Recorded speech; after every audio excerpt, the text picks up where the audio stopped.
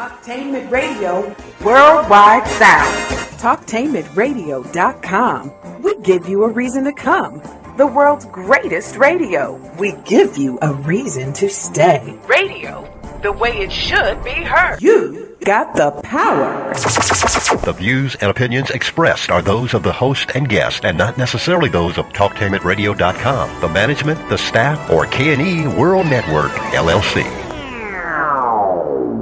Live call-in talk show. Dial 1-877-932-9766 and join the conversation here on TalkTainmentRadio.com.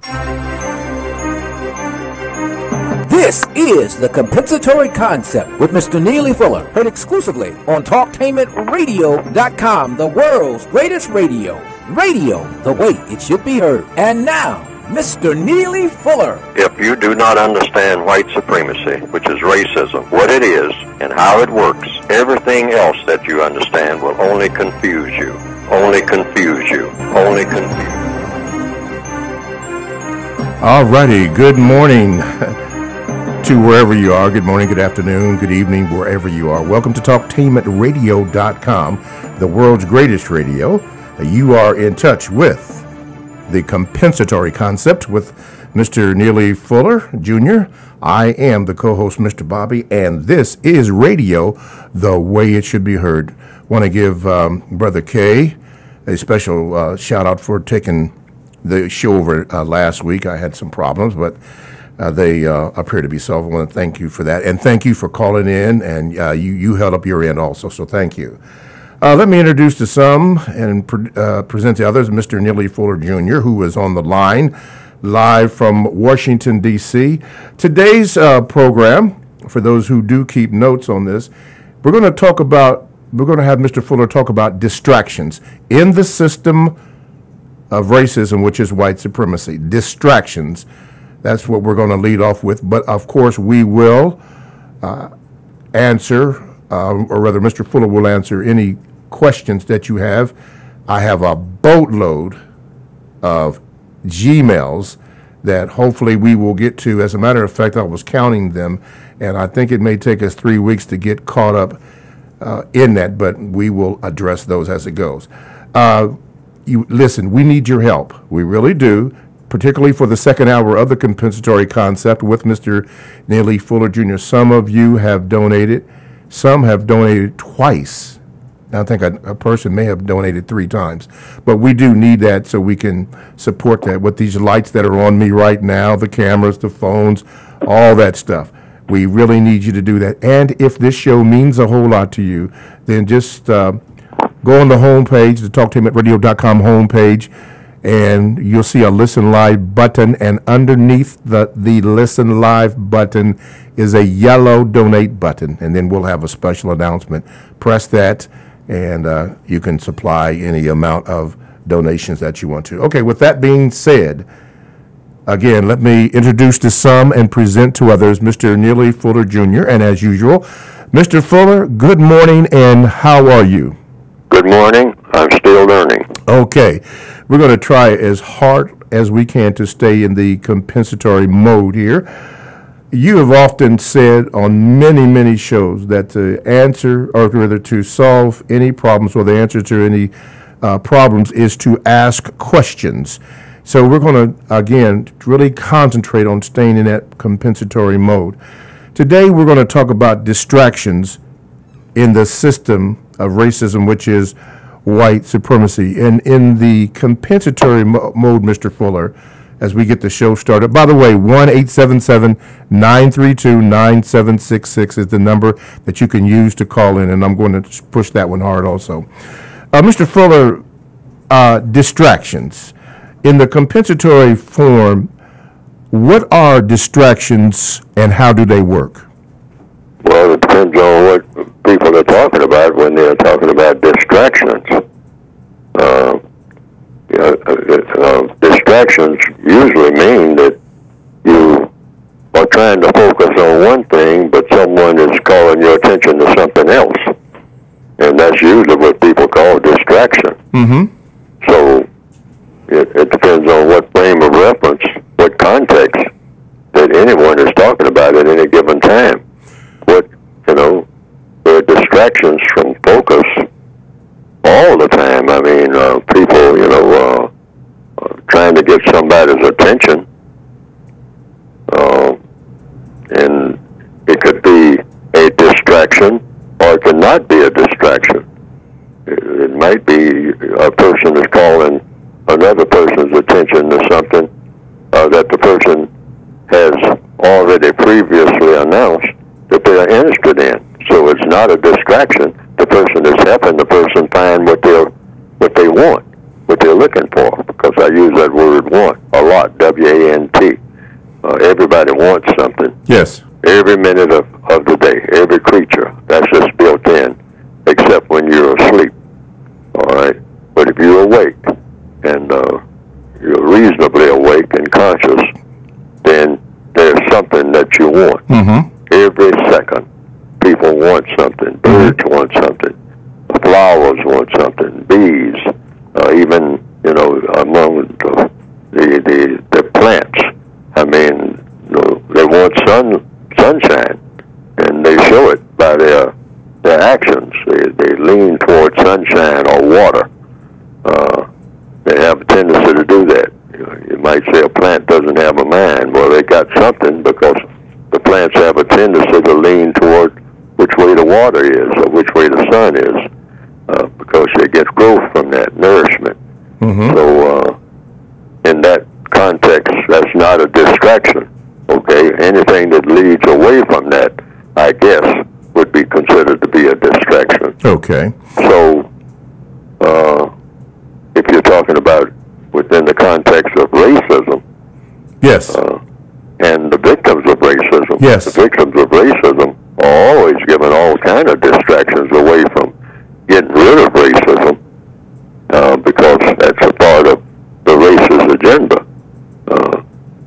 And everything is supposed to be focused on being supportive, even one way or another, of the racist system. Yes, sir. If a person is a racist, that person wants everybody to be supportive of racism, because that's their focus. Mm-hmm. They don't want any distractions from that by anybody. By anybody. Okay. Let's go to the phone lines. Okay, caller, you are on with Mr. Neely Fuller Jr. Turn your radio down and speak into the mic. Go ahead. Oh, hi, how you doing? My name is Gregory. I'm calling from Florida, and I have a suggestion for Mr. Fuller. I was hoping that someone could make some versions of the latest movies so he could see what's going on with the movies. In particular, there was a movie that made me think of him. It was The Purge, and without giving everything away in the movie, like the government hired the Klan and white supremacist groups to exterminate black people, and also during the time that the Purge was going on, black people were partying. They went out and partied. So I just wanted to Mr. Fuller to expound on how we always celebrate, even during moments where we should be more serious about things. Okay, now, was there a question there so that Mr. Fuller could address that, or that was just a statement? I just wanted to ask Mr. Fuller, why is it that we celebrate and party even in Christ, during moments where we should be, coming together, always celebrating, and why do we do that? Okay, Mr. Fuller? It's been handed down through generations. I mean, out of despair. We have a huge background of what you call racial slavery, particularly in the Northwestern Hemisphere, directly every day, and many, many years of it, repetitious. Just one year is just like another, decades, hundreds of years. That becomes ingrained. So any little relief, like all prisoners, because a slave is nothing but a prisoner of war. That's all. So any prisoner of war is just looking for a card game, or a checker game, or hand clapping, or make a little bit of music. Or something. Just anything to get some relief from what they see as a hopeless situation. So that just carries over into what you call the modern day slavery, which is what we still have, which is just extensions of racism. That's all it is. When it's put on a color basis, when slavery was put on a color basis for the most part of the world, then these people who are in many people in despair just have a tendency to try to just look for any type of relief, whether it's drugs or just jumping up and down and clapping your hands and spinning around and whatnot. You're just protesting the despair that there's nothing to look forward to. Tomorrow is going to be worse than today. And that's the way it is with prisoners of war. And particularly when it looks like you're going to be a prisoner of war forever. You're born in prison. Okay. Now, with the theme of this show being distractions, would you say, Mr. Fuller, that drugs are a type of distraction used as a tool by the racist? Oh, absolutely.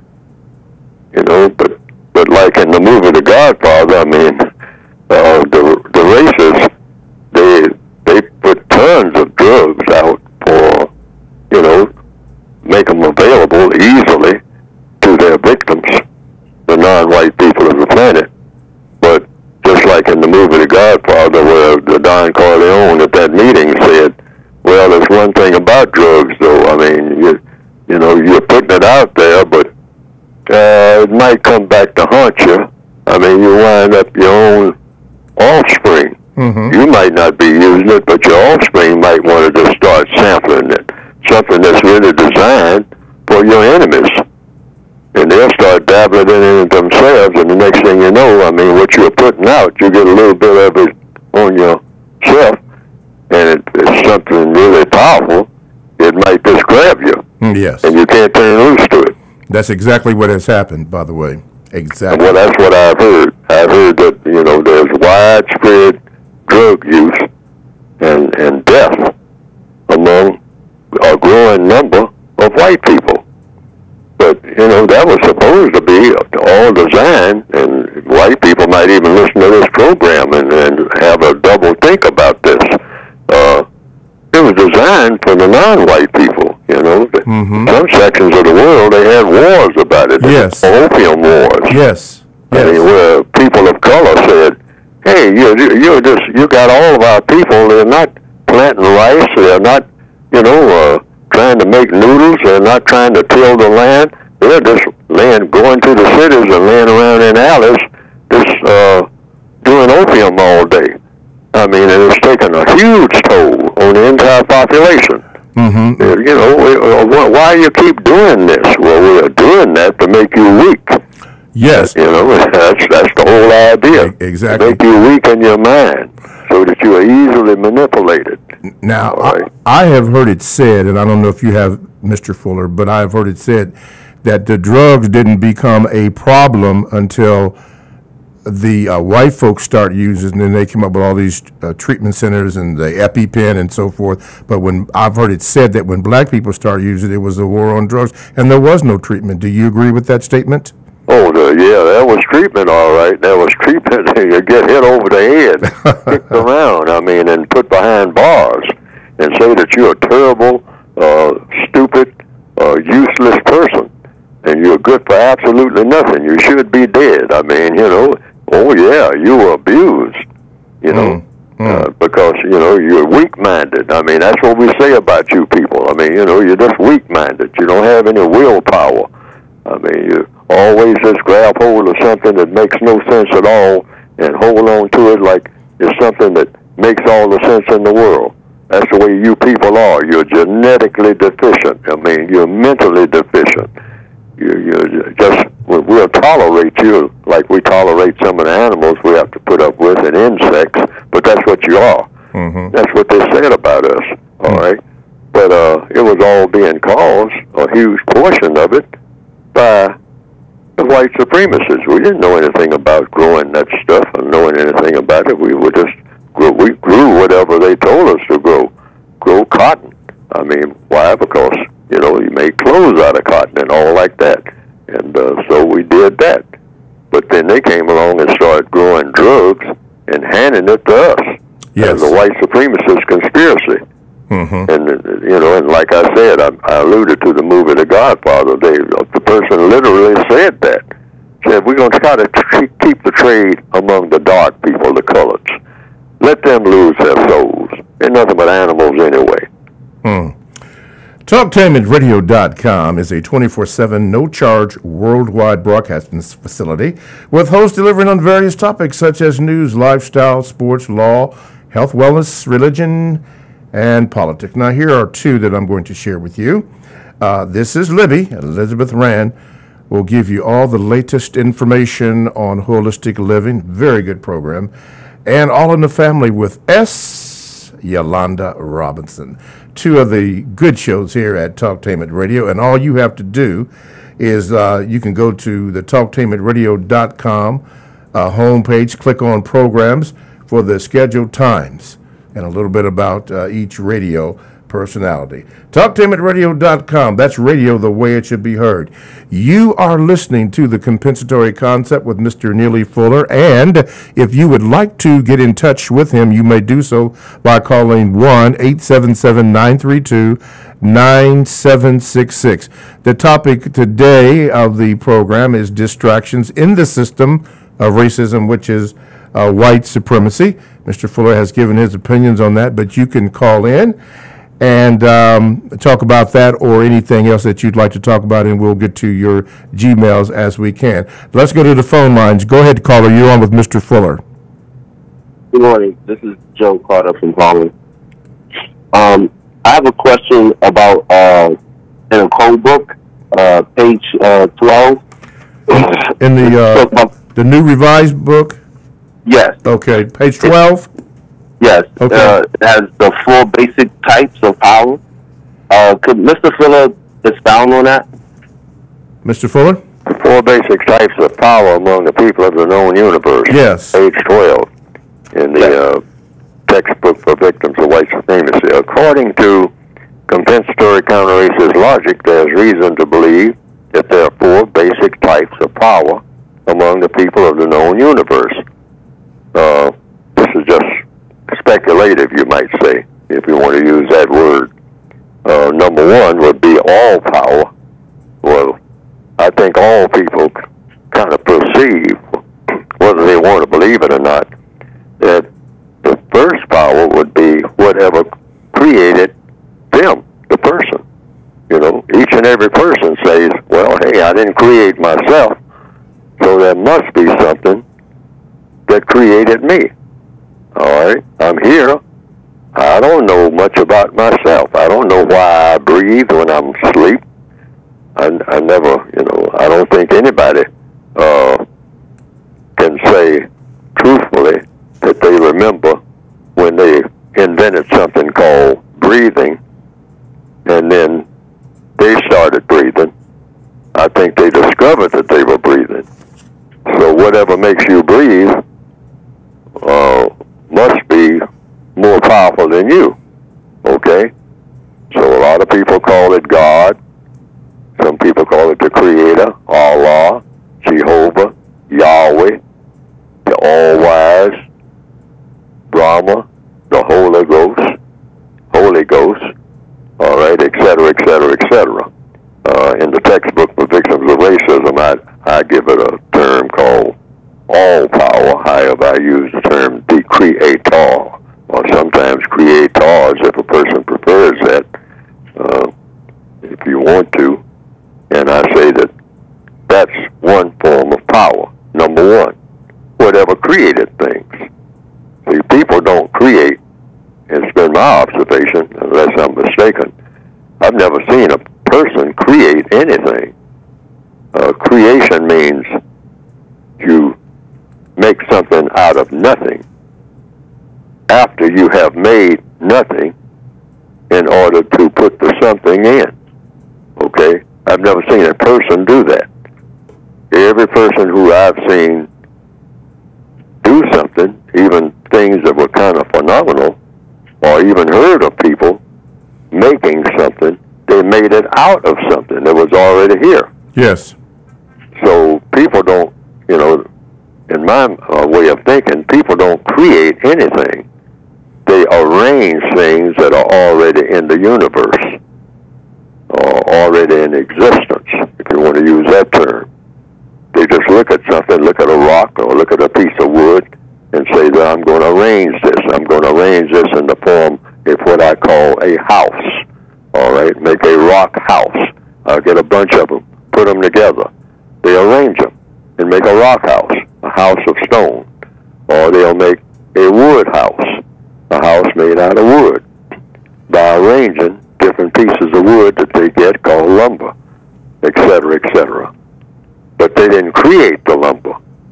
See, I mean, you know, as far as I know. And some people say, well, yeah, I created something. This is one of my creations. Well, I don't see any evidence of that. And if somebody says that, I'd like to see the evidence. Now, that's one form of power. The other form is superior power. That's second only to all power, you might say, or the creator power, God power. So what is superior power? Superior power is one power that a person, if you're talking about people, has over another. Some people have superior power over other people. They make other people do what their bidding is. So what would that power be? According to what I've written, number 2 is white supremacy. That power is second only to the power of the Creator on the planet called Earth here in 2018, according to the evidence that I have seen. Now, if someone sees some evidence other than that, I'd like to know what it is. But the white supremacists make people do, all people of color, whatever they want done. All right, maybe not exactly the way they want it done and all like that, but one way or another, they make people, when it comes right down to the wire and there's a real disagreement, the white supremacists, the white people, those white people who believe in dominating and mistreating people based on color are the most powerful people on the planet, next to the Creator, that force that we call God, yes, according to all the evidence. Mm-hmm. And so far, the people of color, even though they'll say they believe in, number 1, the Creator, or all power being the, superior to the white supremacists, and that not only superior to the white supremacists, but that they follow their Creator's guidance and not the guidance of the white supremacists. Mm-hmm. And if that person is of color, I've seen no evidence where that person of color didn't back down in the face of white supremacy. I mean, they go, they'll say, well, one of these days, maybe, you won't tell me what to do anymore. But see, one of these days has not come here yet. Here in 2018, it is not here yet. See, about one of these days, all people of color bow down to racist man and racist woman, the white supremacists collectively. That's the second power in command on this planet that we call Earth. Now, the third is inferior power. That's a form of power. You have power of all kinds, but you have superior power and inferior power. Well, collectively, that's the non-white people of the planet. Inferior to what? Inferior to the power that the white supremacists have. Yes, sir. In other words, the prison master has superior power over the prisoners. That's just the nature of a prison. And all the non-white people of this planet are subject to the power of the prison master, which are collectively the white supremacists. Yes, sir. Superior power. Mm-hmm. And then the fourth is immediate power. Immediate power is something that each individual has. Each individual has the immediate power to do what? To destroy something. You can't create anything, but you can arrange the disappearance of something where it no longer functions the way that it normally functions. And that is doing what? You can destroy something by using what is already here. You can use fire, you can use water, you can use some type of thing that people have invented called a firearm. And you can use immediate power or knife or dagger to kill somebody. Now, just about everybody who is able to lift their arm can do some of that. Yes, sir. Under some circumstances. Okay. That's immediate power. Immediate power. Okay, right. So those are the 4 powers. Okay, let's go to the Gmails here. This is from Sudi. He says this, good morning, Mr. Fuller. My name is Sudi from Ottawa, Canada. My question for you, Mr. Fuller, is in the revised expanded edition of the Compensatory Code on page 406, you wrote a rapist, robber, murderer, and a terrorist are one and the same. Could you please explain that statement? 406, that's in the quotation section. Yes, I'm turning to it right now. I am too. 406. 406. And let's see now. He said what now? A rapist, wait a minute. Oh, a rapist, robber, murderer, and a terrorist are one and the same. Yes, that's it. Oh, sure. Right. Because it's all about terrorism. It's all you're fighting someone, and also you rob somebody. When you rape somebody, you're robbing somebody. I mean, that's what rape means. And you are killing something inside the person, one way or another. If you don't actually kill the body, you're doing something to the mind. People who have, girls who have been raped, their minds have been greatly altered. And that's a form of murder right there. I mean, certainly it's a form of terrorism. And so all of this are in the same category. Okay? These are major crimes. Rape, robbery, murder. All right? Is robbing somebody, is that a form of terrorism? It absolutely is. In 1984, I was robbed by 2 black males, December the 7th. Wow. And I was actually terrified, all right? Because I thought that, it was broad daylight and whatnot, and they weren't going to leave me standing there, which they did, but I didn't think they were. I thought they were going to take my money, that $40 that they got, and kill me. All right? I really thought that. I said, this is it. This is my last day on earth. All right? One of my brothers, I mean, he needs a fix or he needs something, otherwise he wouldn't be robbing me, but I'm it. I'm his ticket to paradise today. And he's sending me wherever people go when they're dead. And I got about 2 or 3 seconds now, after I give him my money to keep breathing. All right?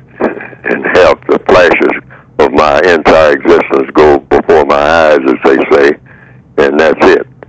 But by happenstance, they chose not to kill me, and they ran off. All right? But they robbed me. Yes. And it had a terroristic effect on my mind. I had been a soldier. I'd been in combat on the front lines. But see, the element of surprise, all right? Okay? Death is death, regardless of where you die. Yes, sir. Okay? I didn't die when I was on the front lines in Korea. Okay? But I could have died December the 7th, 1984. At the hands of a couple of black males who saw me as an easy way to ease their problem, whatever that problem might have been. Mm-hmm. They say, well, we don't know how much money he's got, but we'll take what he's got and we'll kill him for it. Now, that's happening to somebody right now. Yes, sir. A whole lot of somebodies, particularly among black people. We're real good at that. All righty. Stay right there. We're going to have Mr. Fuller address this. How do we recognize distractions? TalkTameRadio.com. We go where you go. Check us out on 94.1 WGRN. Podcasts all available. Download the TalkTameRadio.com app to your cell or to your tablet. That's radio the way it should be heard. How do we recognize distraction? All that and more coming up next on TalkTameRadio.com.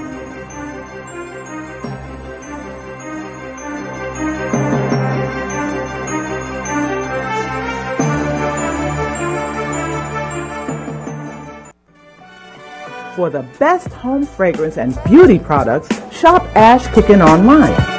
That's ASHKICKIN. Made with 100% natural quality ingredients and handcrafted with your family in mind, Ash Kickin products are better than those other guys.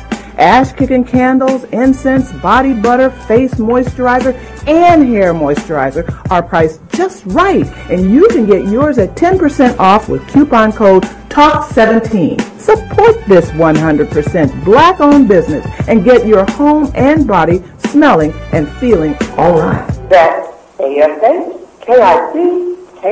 Shop Ash Kickin online at www.ashkickin.com. Are you ready for a high school that allows you to work at a place that is right for you? Are you ready to earn a certification in healthcare, business, or manufacturing while achieving your high school diploma? Then you are ready for Life Skills High School, a free public school option for high school students 16 to 21 years old. Learn more about your free high school educational options at lifeskillshs.org or call them at 1-800-888-7992. Life Skills High School, education that fits your life.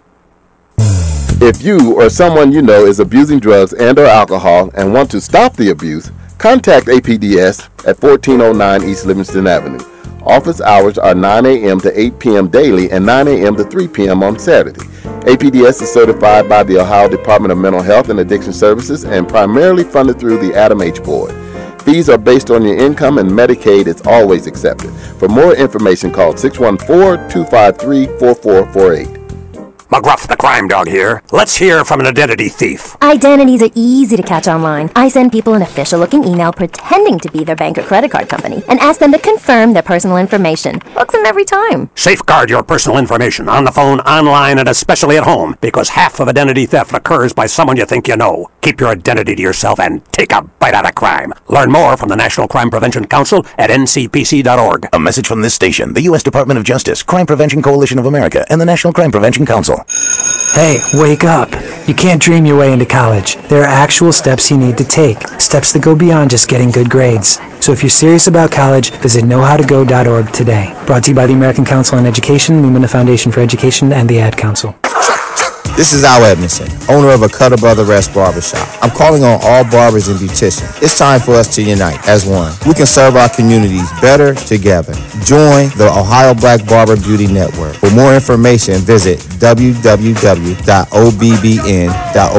or call 614-427-3226 to get more information. Be the change that you want to see in your community. Join our network. We thank you for your emails and your feedback, and we are working very hard for you. We have supported the Compensatory Code since 1975. We believe that it is the only system of thought, speech, and action that enables us to move in the correct direction to work toward the production of justice. But right now, we need your help.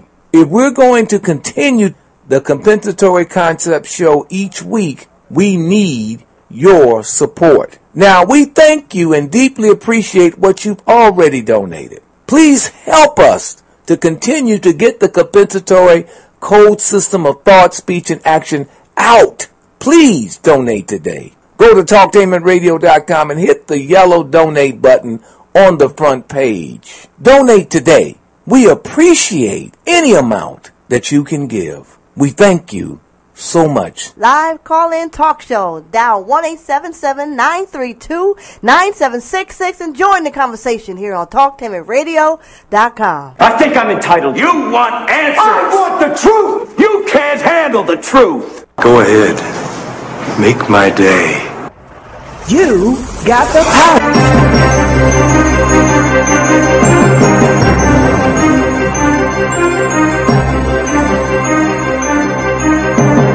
Download the TalkTainmentRadio.com app to your cell or to your tablet.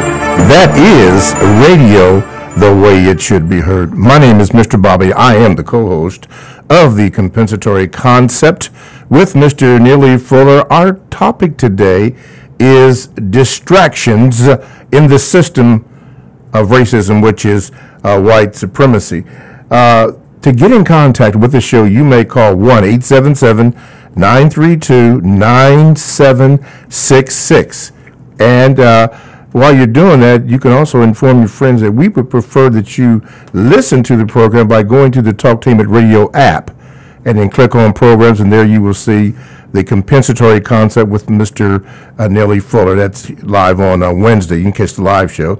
You can also, right now, you can watch the live broadcast of the Compensatory Concept by going to YouTube and type in the word Talktainment, hit the space bar and type in the word radio. Scroll down to Talktainment number 2 live on YouTube, where you can watch the live broadcast. And if you do that, hit the subscribe and like button there. And finally, you can go to Facebook.com/Talktainment. All that's right there. But we would prefer that you go to the TalktainmentRadio.com homepage. Yeah, because that also has that donate button on there, which we do need your funds. That's for the second hour. That's for the second hour. We need to be clear about that. Okay, before we have Mr. Fuller address this question, how do we recognize the distractions in the prison system of racism, which is white supremacy? Let's go to the phone lines. Okay, caller, you're on with Mr. Fuller. Go ahead, please. Good morning, Mr. Fuller. My name is James, and I'm calling from North Carolina.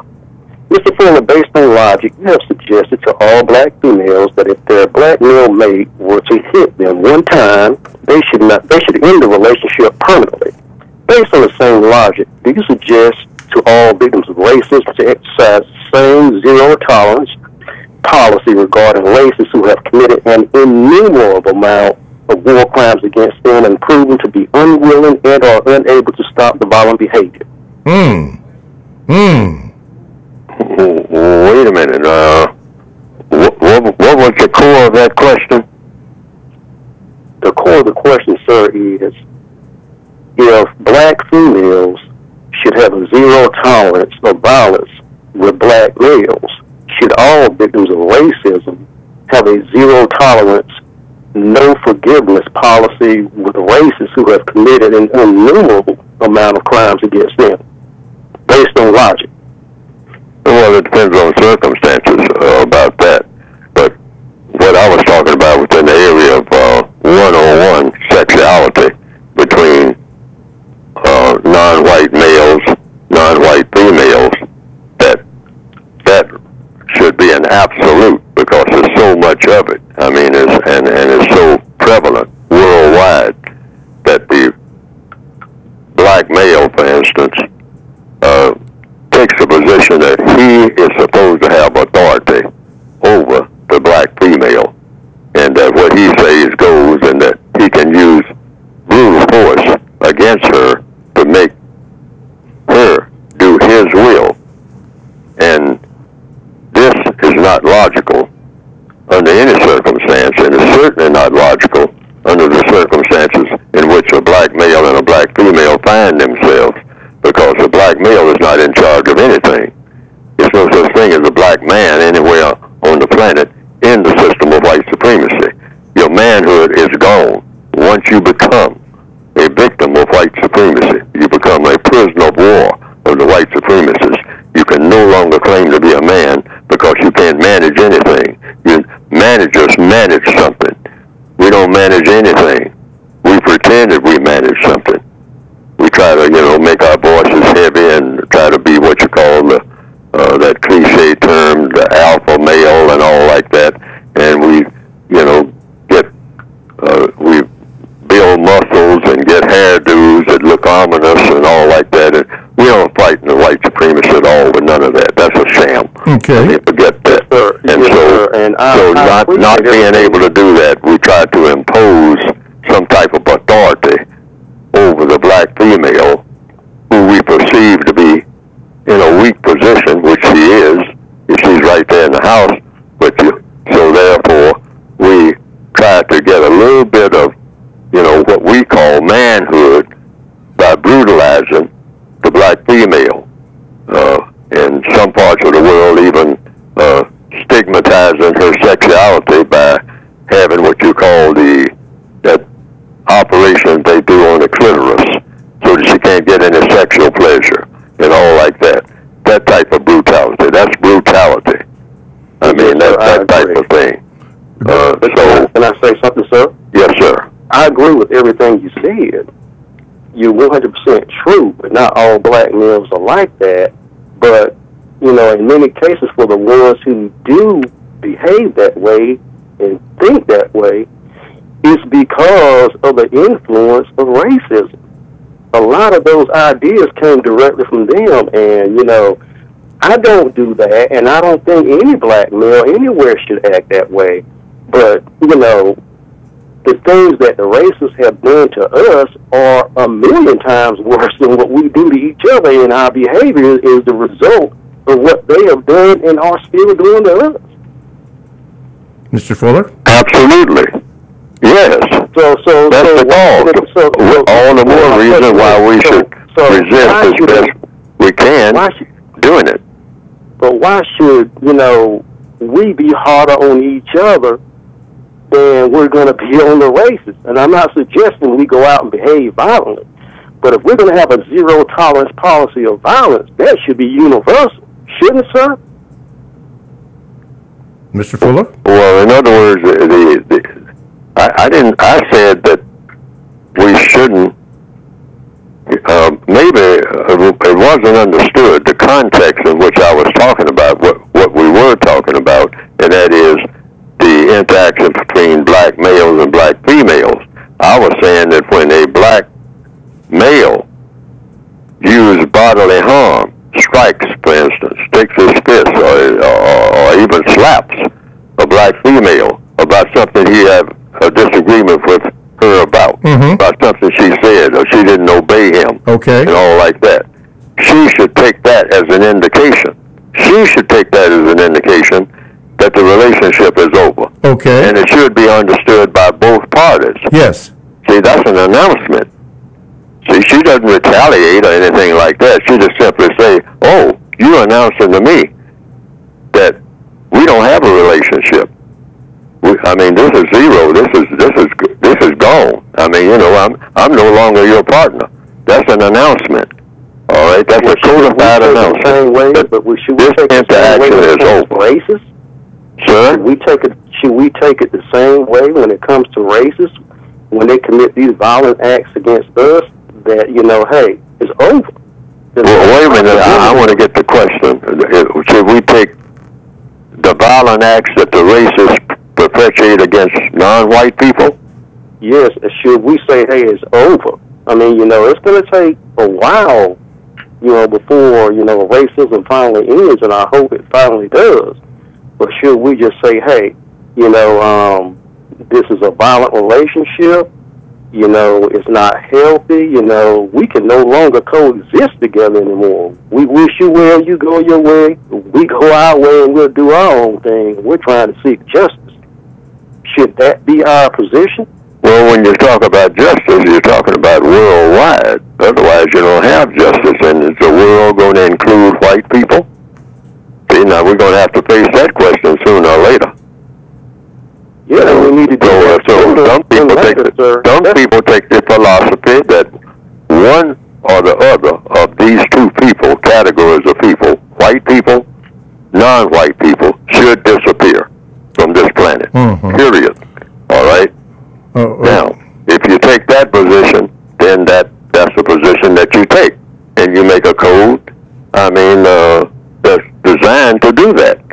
What I have written is not designed to do that. It's designed to give the supposition, or, you know, would be supposing, you might say, that white people will still exist here on this planet because they are here on this planet for some reason. I didn't, you know, some people say, well, white people came from black people. It's just that white people are genetic deficient, some type of organism that shouldn't have appeared, that there's some type of aberration, some type of thing that, you know, there's some creatures that came from black people that shouldn't have ever been here in the first place, because they're just something that's, you might say, waste material from black people. I've heard some black people say that. Well, if you take that position, that white people are waste material, all right, and shouldn't exist at all, okay, well, then that's the position that that person takes. I don't take that position because I have no probable cause to believe that at this particular time. All right, so that's just a matter of points of view. Okay. Okay. I say that we have to work out something called justice with the people that are on this planet. And that means guaranteeing that no person is mistreated. Any creature that's identified as a person, you know, get that straight first, and then we'll work with the animals later. I mean, if we even get around to that. I mean, you know, but no person is to be mistreated under any circumstance, and the person that needs help the most gets the most constructive help. Now, that's what I have written. But there are some people who say, no, we need an all-out extermination policy. All right. All right, let's go here. TalkTameAtRadio.com. We go where you go. Download the TalkTameAtRadio.com app to your cell or to your tablet. That's radio the way it should be heard. Now, my name is Mr. Bobby, and I am the co-host on the Compensatory Concept with Mr. Neely Fuller. You can get in contact with the show by calling 1-877-932-9766. And when you do, hit that donate button. But now, since it is a quarter till the first hour of the show, this is the period of time that we have designated for Mr. Fuller to talk about his book. Mr. Fuller, as you speak about your book, did you get those problems worked out where we can now get the book?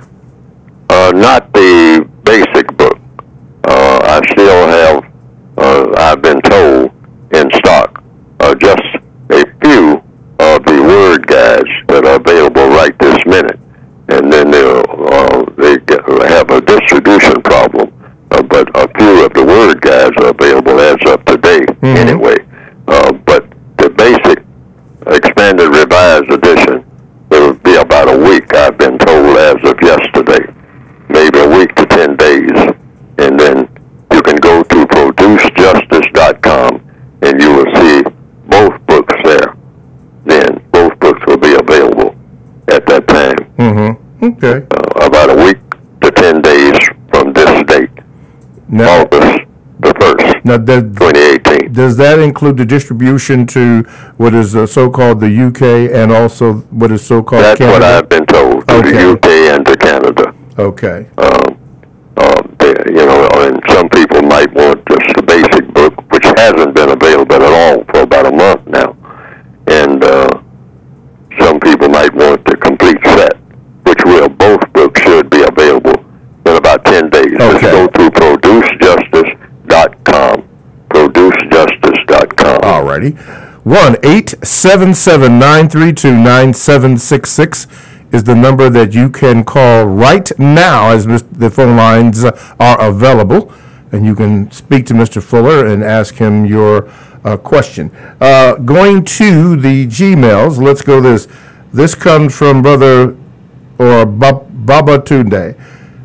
Says this, Mr. Fuller, why should black people be thankful when a white supremacist racist suspect does an act of kindness for us, being that they stole everything from us?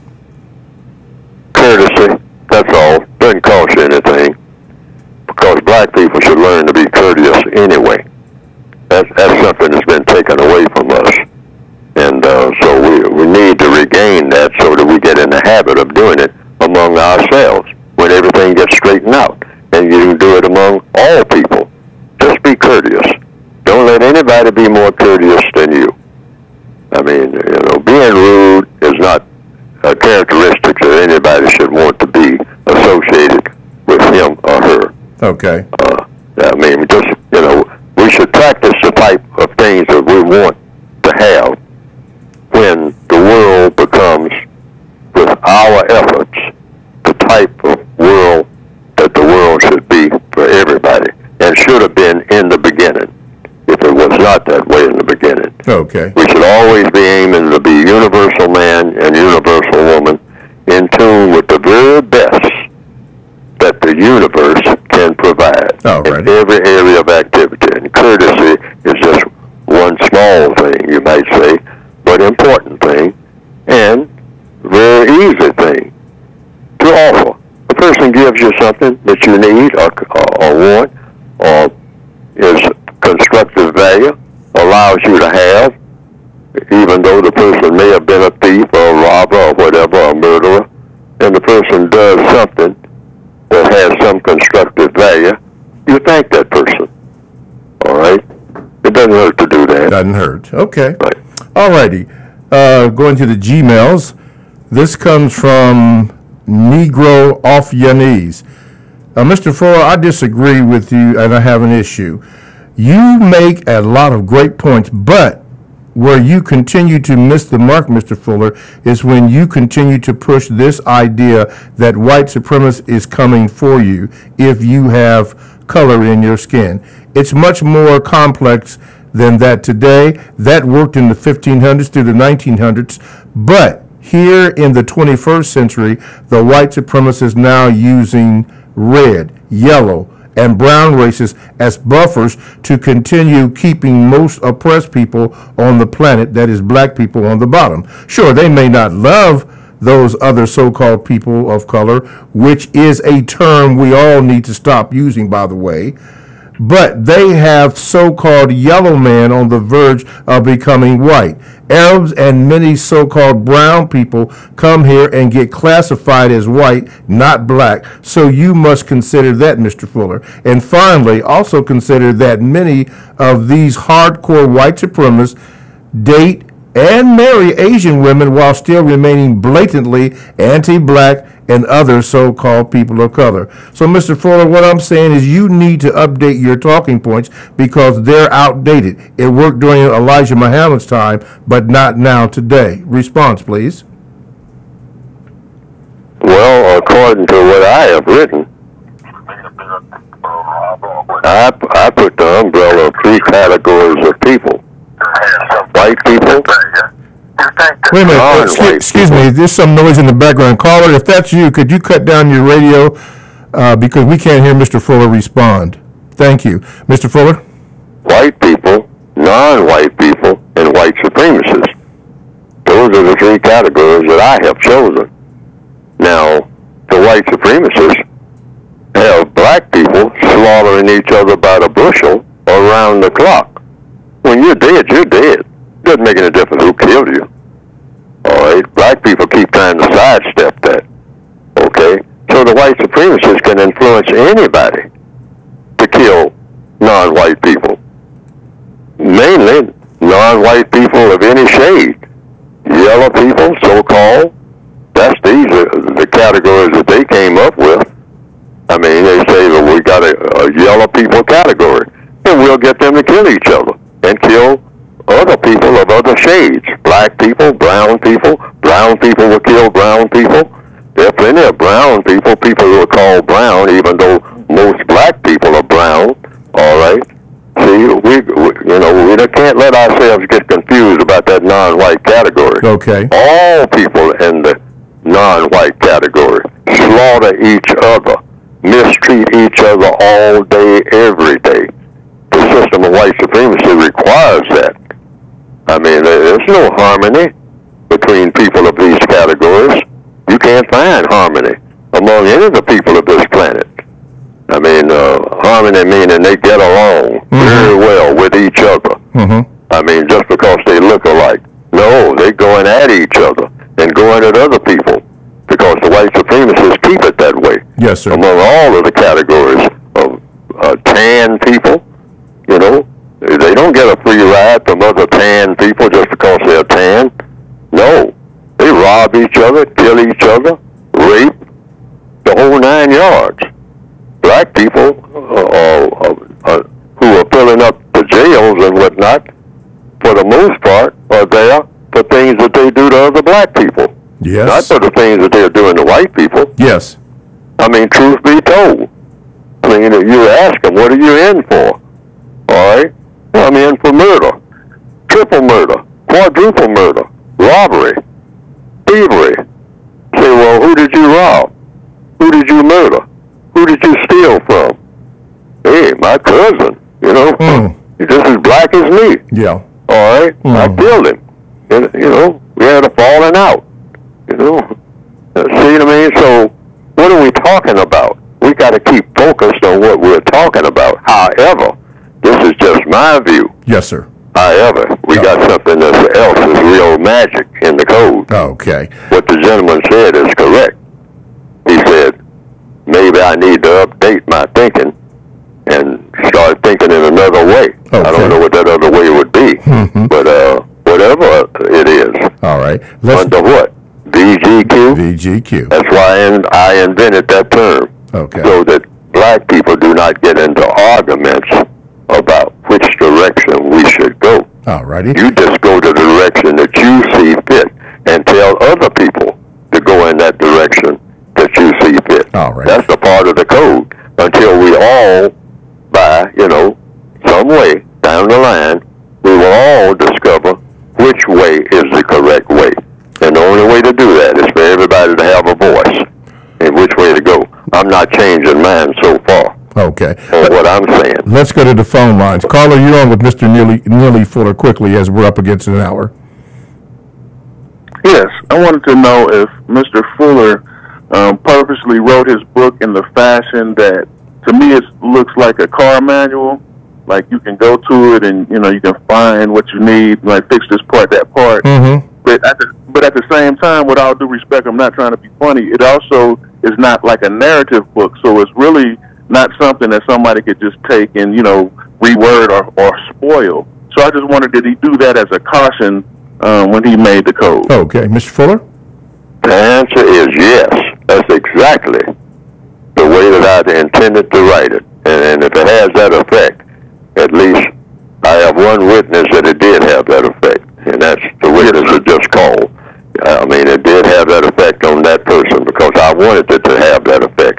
I tell people, just pick up the book and turn to something that you agree with that works for you. See, that's why I say it shouldn't be any arguments among black people about what approach we should take for dealing with racism, because that is a huge problem. So everybody should just pick up bits and pieces of whatever they think will work and see if it will work. And if it works, keep doing it. Why? You're doing it and it works for you. Now the next person down the block might say, well, I did that and it didn't work for me. Well, it didn't work for you. See, that's what it's supposed to be. See, everybody got their own approach to solving his or her own problems. But the theory is, if each and every individual person on this planet who is classified as non-white or black can solve his or her own problems, then what does that mean mathematically? All problems are solved for black people, period.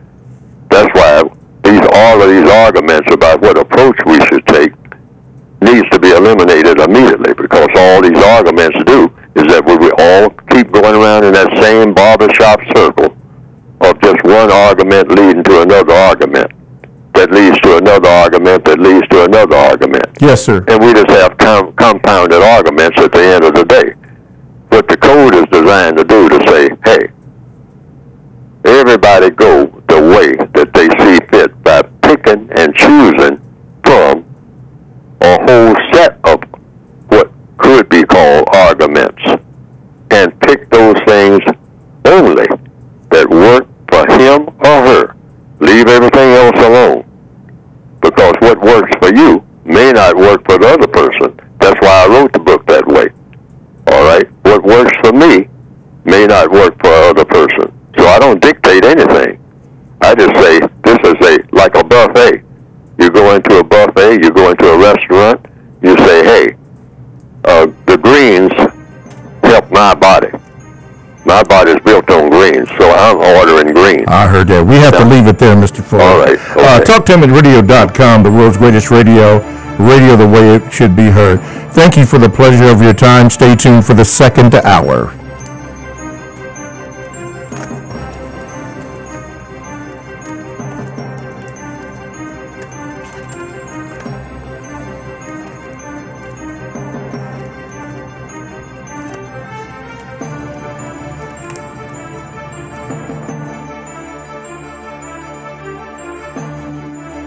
Thanks for listening to the Compensatory Concept with Mr. Neely Fuller, heard exclusively on TalkTainmentRadio.com.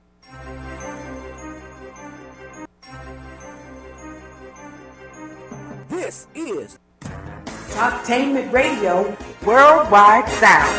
TalkTainmentRadio.com. We give you a reason to come.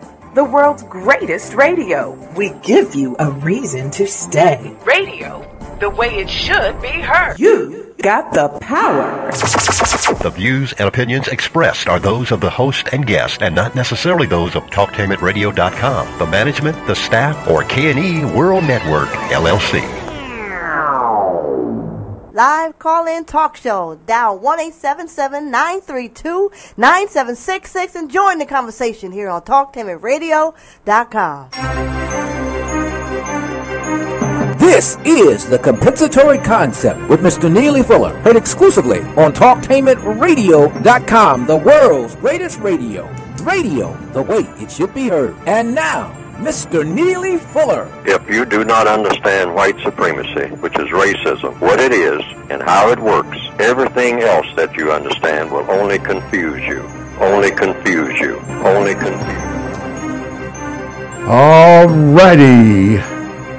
Welcome to TalkTainmentRadio.com. We go where you go on the world's greatest radio.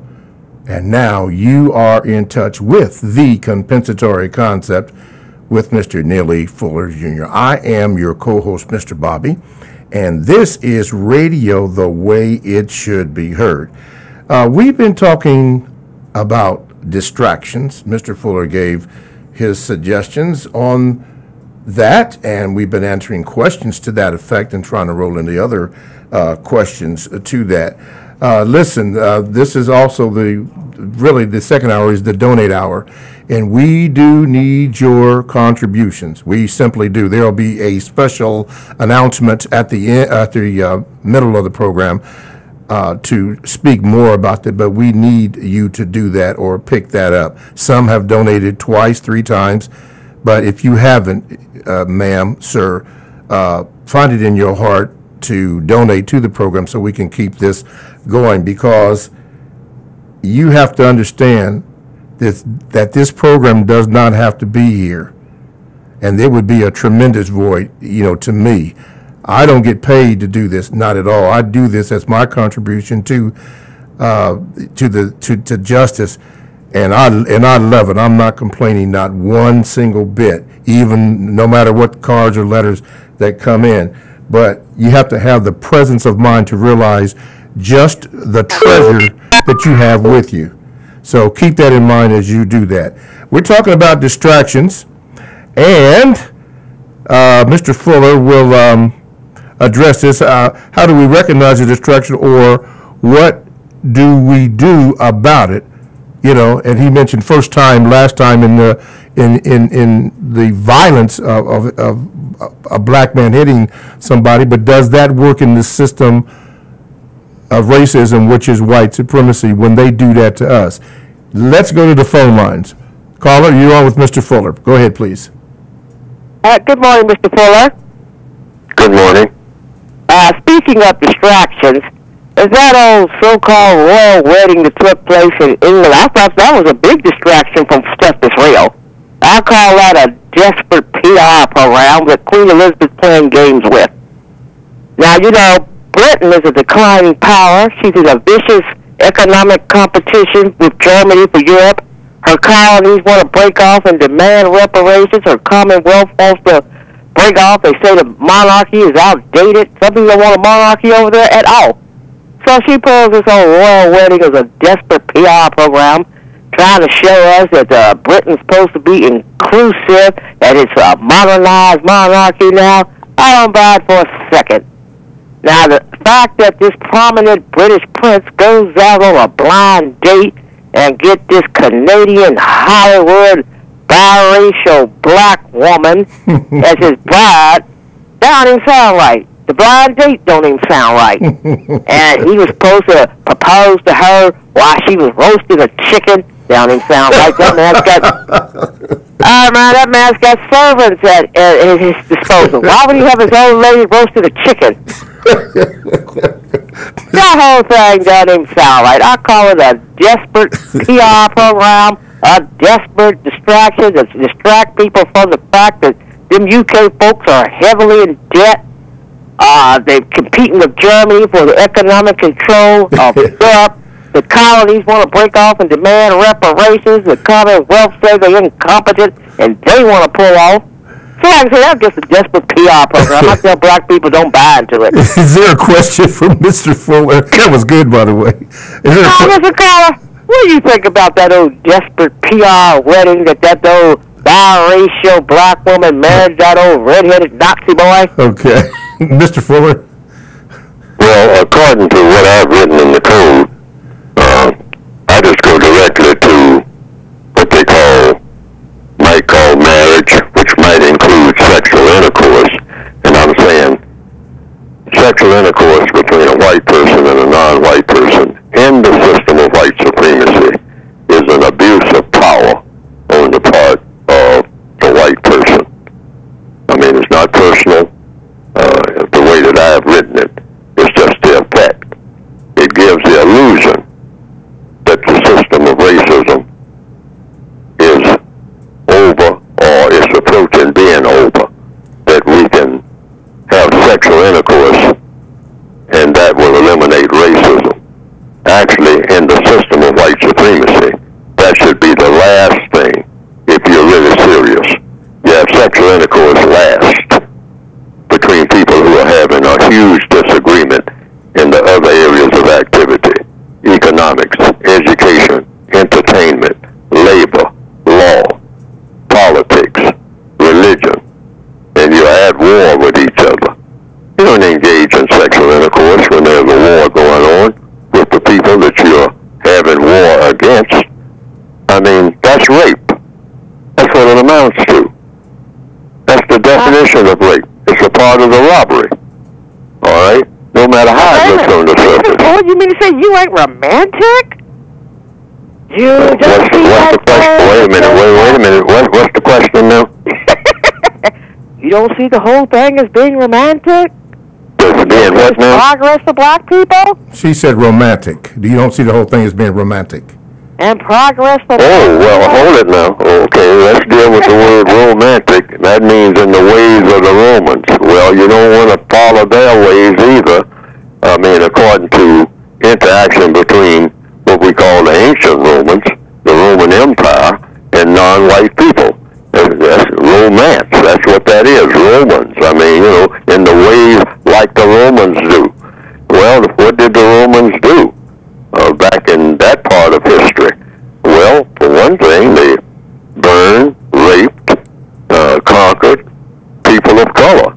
Many of them did, according to what I have read, unless I've been misinformed. And so you don't want to copy that pattern, and you don't want to go down that road. I mean, conquering a people and then going to bed with them and producing babies, I mean, that you use to cause confusion, okay? Because that's what comes out of this.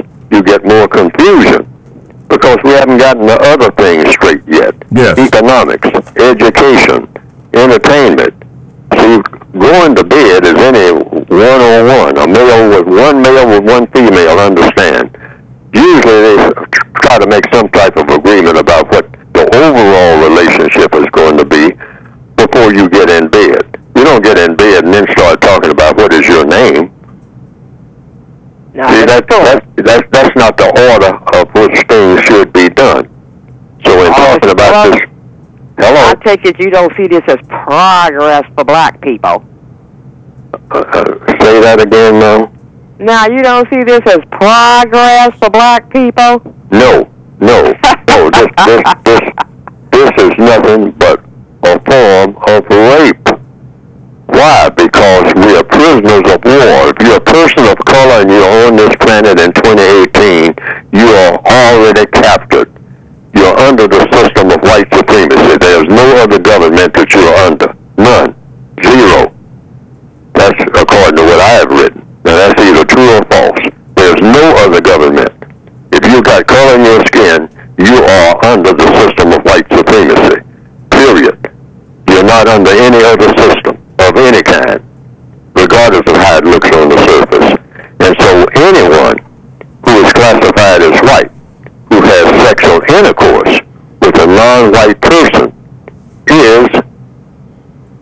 engaging in what you might call child abuse. Why? Because as prisoners of war, I have been reduced to the status of a child. Every black male, every black female, every non-white person is in a childlike condition in the system of white supremacy. So if you start talking about child abuse, if any white person has sexual intercourse with a non-white person in the system of white supremacy, which is the only government on the planet, that white person is guilty of child abuse. Period. Keep it straight and simple. And it's only when white supremacy no longer exists. Then it's just boy meets girl, you might say. And, you know, and love and flowers and all the rest of it. And it's legit. But under these conditions, it's conquest. Okay. It's just an extension of conquest. Just an extension. Okay, let's do this from the Gmails. This comes from Chris. He says this, good morning, Mr. Fuller. I was wondering, Mr. Fuller, if you could expound on the topic of the Constitution of the U.S. and specifically the 3/5 of a man clause which was directed toward slaves. Is there a codified way to understand/interpret this in 2018? And does it still have an effect on black people in regards to courtroom matters? This is Chris from New York. Well, if I understand the question, does racism exist in a courtroom? The answer is yes, because racism exists everywhere. It doesn't have anything to do with a room. It has to do with 9 areas of activity, and you're classified as non-white. So if you're classified as non-white in 2018, and you're walking or existing on a planet called Earth, you're under the jurisdiction of some conquerors who are called white supremacists, and are the system of white supremacy, the government of white supremacy, the only valid government on the planet, the only functional government on the planet. So the answer to that question is yes. I mean, all of the above. You're a victim of white supremacy 24/7. There's not, you know, you don't go in a certain room where you're not. Whether it's a courtroom or hospital room or classroom in a college or battlefield or wherever. If you're a person of color, you come under the jurisdiction of those white people who believe in dominating and mistreating people based on color. Based on color. Okay, let's get this call in. Caller, you are now on with Mr. Fuller. Go ahead, please, with your question. Yes, it's really not a question, it's just a comment about the last caller calling in about the Queen and what's going on over there. It's irrelevant to what Mr. Fuller is trying to teach or inform us about. And to me, that is like something joking, you know, something to joke about. But people like that, that is why we are going backwards instead of going forward, because of games people play, and that just was rude for her to deal with him on that level. That's all I have to say. Okay. All righty. Thank you very much. Thank you. All righty. Let's do this. TalkTameItRadio.com is a 24/7, no-charge, worldwide broadcasting facility with hosts delivering on various topics such as news, lifestyle, sports, law, health, wellness, religion, politics. Now, here's one that I'm going to share with you as I shared in the first hour, and this is All in the Family with S. Yolanda Robinson. No, this isn't the Archie Bunker type. This is something different, and you need to tune into that program to find out what S. Yolanda Robinson is talking about. As a matter of fact, all you have to do is to go to the TalkTameRadio.com homepage, click on Programs, for the scheduled times and a little brief bio on all of the Talktainment Radio personalities. That comes from TalkTainmentRadio.com, radio the way it should be heard. My name is Mr. Bobby. I am the co-host on the Compensatory Concept with Mr. Neely Fuller Jr. And today we are speaking of distractions. And Mr. Fuller is answering your questions. And let's go to the Gmails. this comes from Daryl. He said, Mr. Fuller, last week you said that there's not a place on earth that the white supremacist doesn't control, and if we could ever find such a place, to let you know, because you'd like to go there and see it for yourself. Well, there is such a place, and it's called North Sentinel Island, and this island in the Indian Ocean is populated by dark-skinned black people who've lived, colonized, or influenced by any white supremacist. Far as you or anybody else going there to see it, I wouldn't advise that, because anybody that's ever landed on that island hasn't made it out alive. Okay, yeah, made it out alive. They protect the island to the death, which is why no colonization colonizer dare to go there to try anything. So I just wanted to tell you, Mr. Fuller, that there is such a place that the white supremacists don't have control over. Google it for yourself. Read up on it. That's what he says here. Very fascinating. All right, well, he said what he said. He said what he said. All right. Thank you, Daryl. Let's go to the phone lines. Okay, caller, you're on with Mr. Fuller. Go ahead, please. How you doing, Mr. Bobby, Mr. Fuller? Hey, Brother Muko. Brother Muko from Baltimore. How you feeling? Yeah, we hold the compensatory constructive action discussions, and we will be holding them this weekend at about 3 p.m., give it doesn't rain, on St. Louis Drive, right across the street from Lake Clifton High School. Question for Mr. Fuller today. Mr. Fuller, can you expound for my care unit in Baltimore and all around the world how important it is to recognize that 9 times out of 10, confusion is the due tell sign that there's a distraction coming right after. That 9 times out of 10, there's confusion is what now? The due tell sign that there's a distraction coming right after. There's a distraction coming after the confusion? Yes, sir. Well, I don't know. I don't know how to answer that.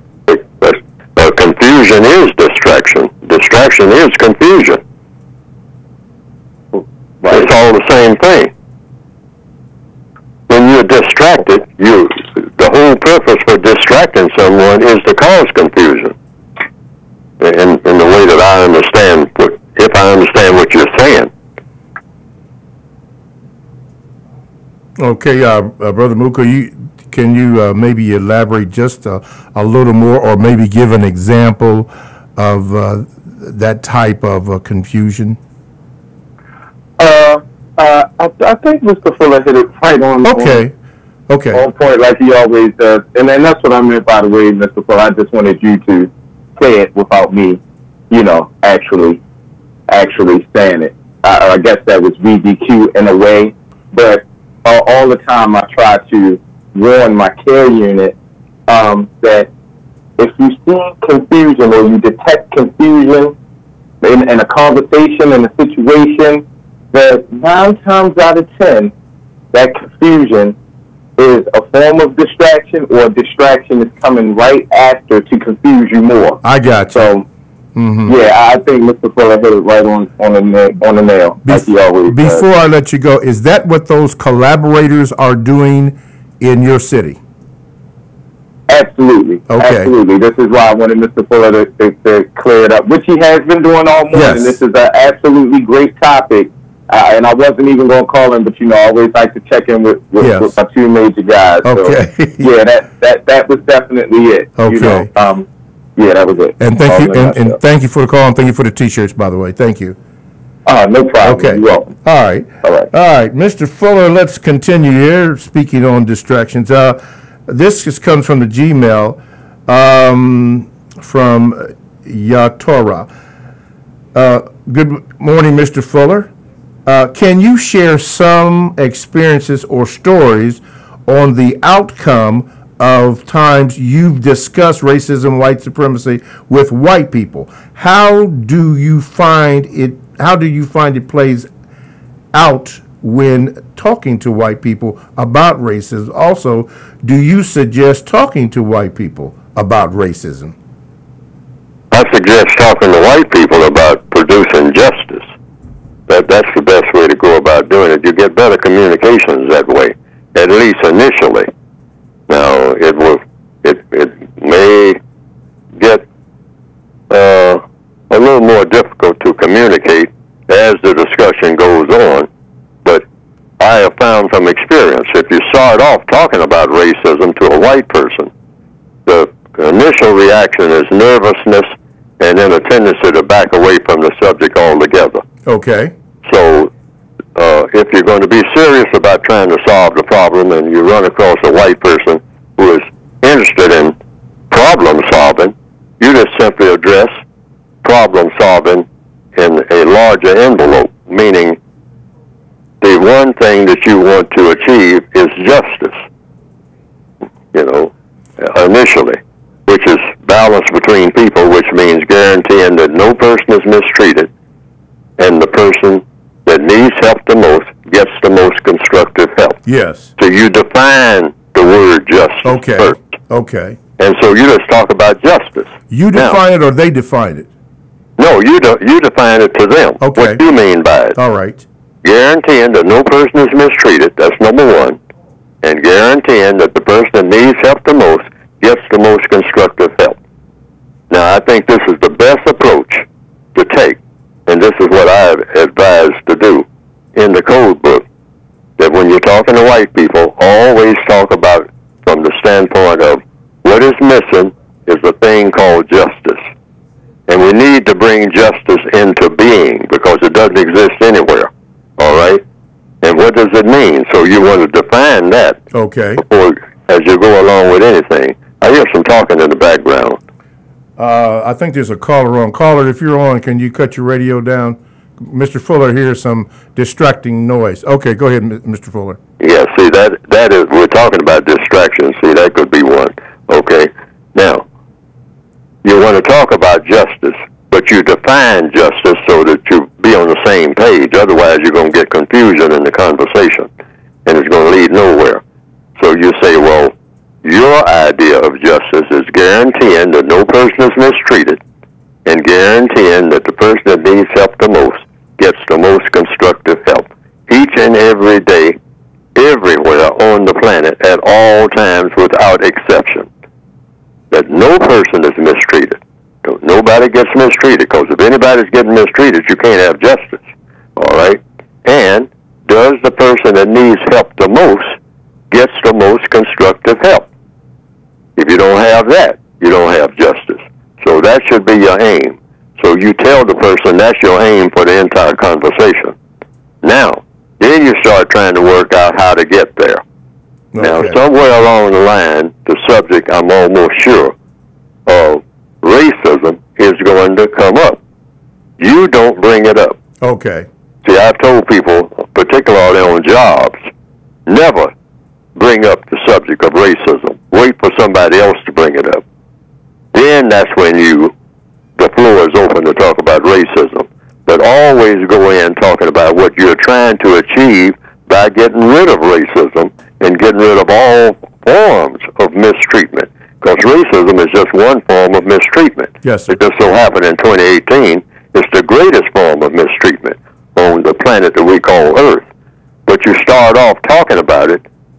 You can do that even with non-white people. Just start talking about how do you produce justice. And in the process of talking about producing justice, you automatically are going to include racism. That's going to be right at the top of the list. Right at the top. But in a conversation is best for the other person to bring it up. Okay. From the Gmails, this comes from Brother Palmer. He says this, Mr. Fuller, what does intelligent resistance means under the compensatory code? Intelligent resistance? Yeah, what does intelligent resistance mean under the compensatory code? Did I have that word listed in the word guide? Let me check it out that here. Term? I don't remember putting that in there. Okay. All right. Let's see. Intelligent resistance. Yeah. It may be there. I may have put that term in there, but I don't remember doing that. I'm looking in here, and I'm in the eyes. Let's see. Intelligent resistance.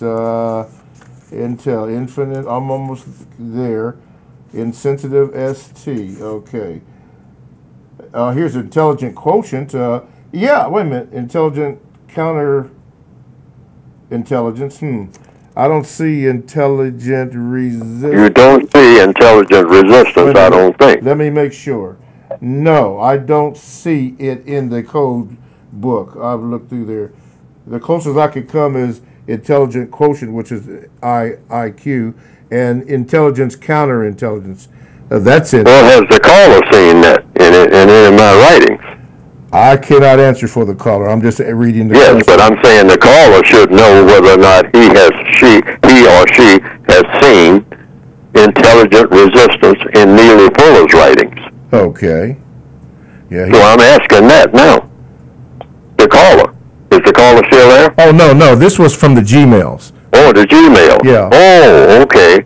Well, since I didn't coin that term, I don't explain terms that I didn't invent. Okay. You know what I mean? Or that I didn't use. Anytime you use words, you should be explaining the words.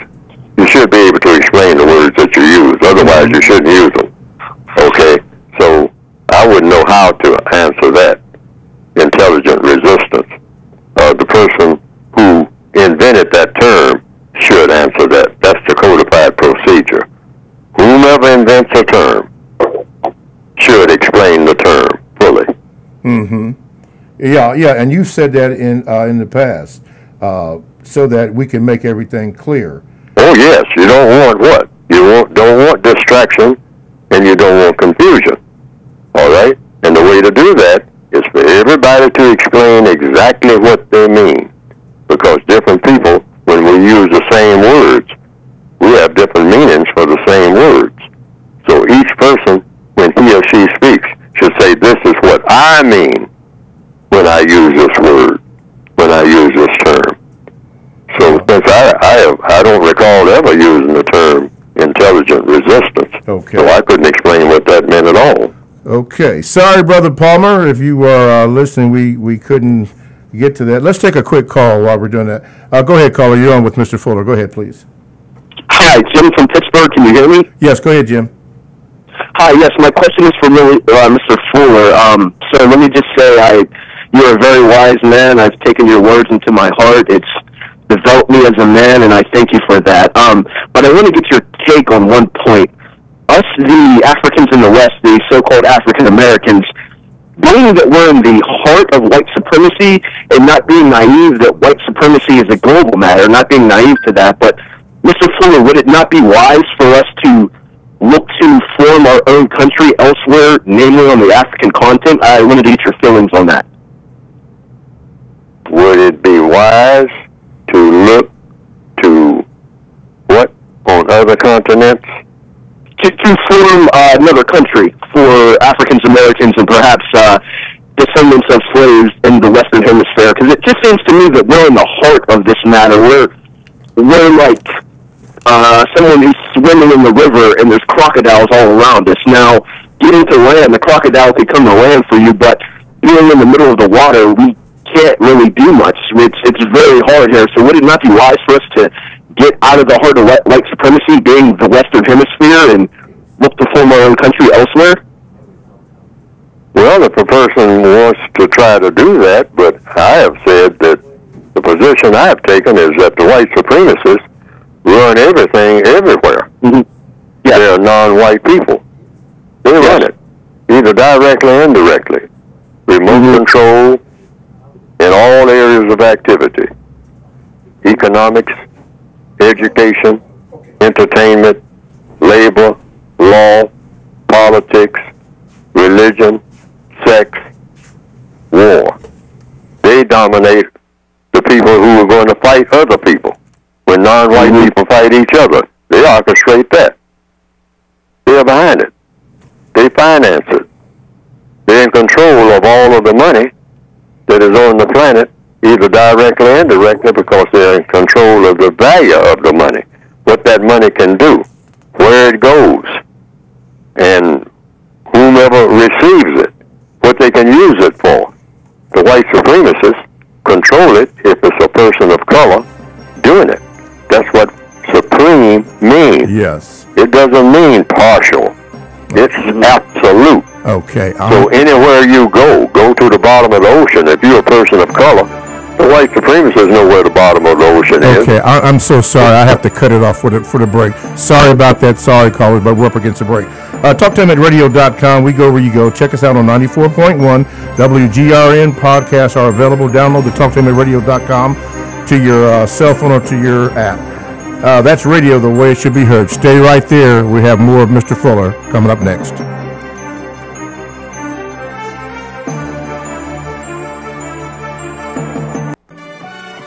For the best home fragrance and beauty products, shop Ash Kickin online. That's ASHKICKIN. Made with 100% natural quality ingredients and handcrafted with your family in mind, Ash Kickin products are better than those other guys. Ash Kickin candles, incense, body butter, face moisturizer, and hair moisturizer are priced just right, and you can get yours at 10% off with coupon code TALK17. Support this 100% black-owned business and get your home and body smelling and feeling all right. That's ASHKICKIN.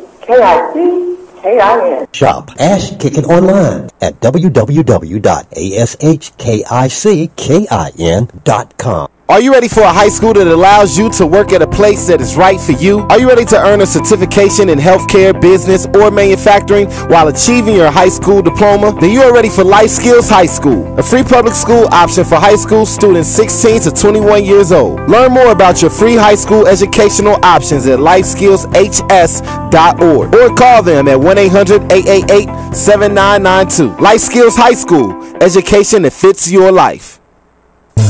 If you or someone you know is abusing drugs and or alcohol and want to stop the abuse, contact APDS at 1409 East Livingston Avenue. Office hours are 9 a.m. to 8 p.m. daily and 9 a.m. to 3 p.m. on Saturday.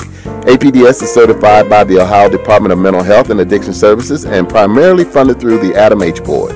Fees are based on your income and Medicaid is always accepted. For more information, call 614-253-4448.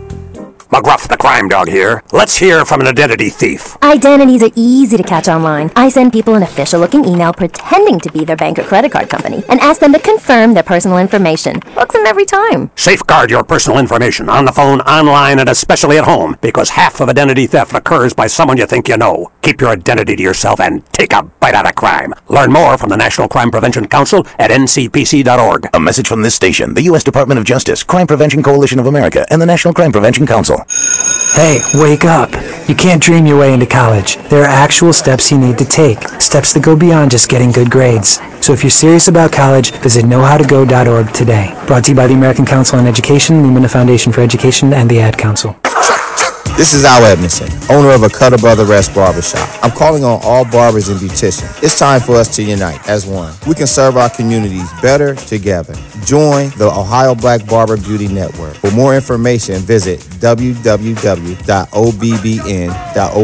or call 614-427-3226 to get more information. Be the change that you want to see in your community. Join our network. We thank you for your emails and your feedback, and we are working very hard for you. We have supported the Compensatory Code since 1975. We believe that it is the only system of thought, speech, and action that enables us to move in the correct direction to work toward the production of justice. But right now, we need your help.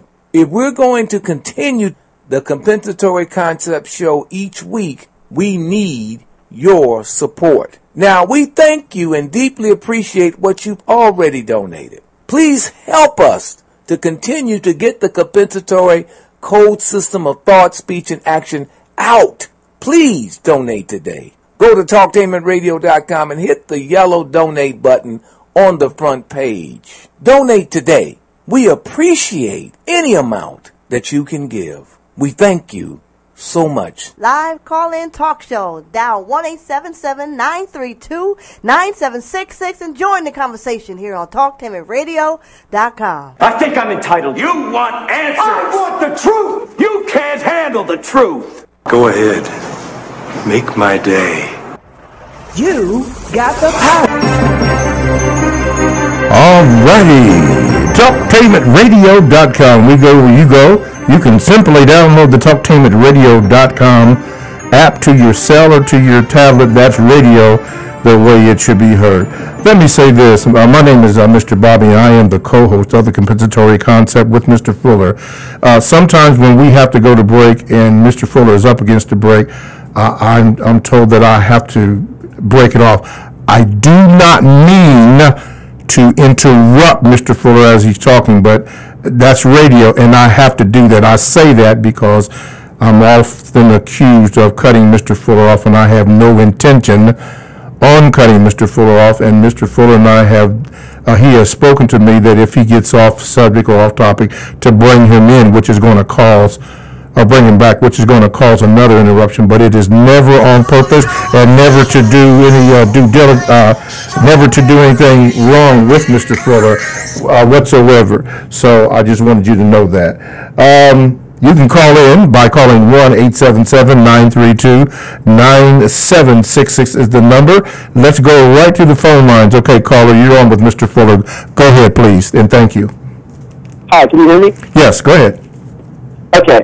Yes, sir. Thank you, Mr. Fuller. To continue on with that, yes, I completely agree that white supremacy is everywhere, and their foothold is completely on the continent. But being that we're up against such a large dragon, such a large beast, wouldn't it be logical that we need more people and that we need to spread our ideology across the continent? And it's going to take more than just black Americans and the few that we have that actually understand what white supremacy is. So logically, sir, would that not make sense that we need to look for creating our own country on the continent?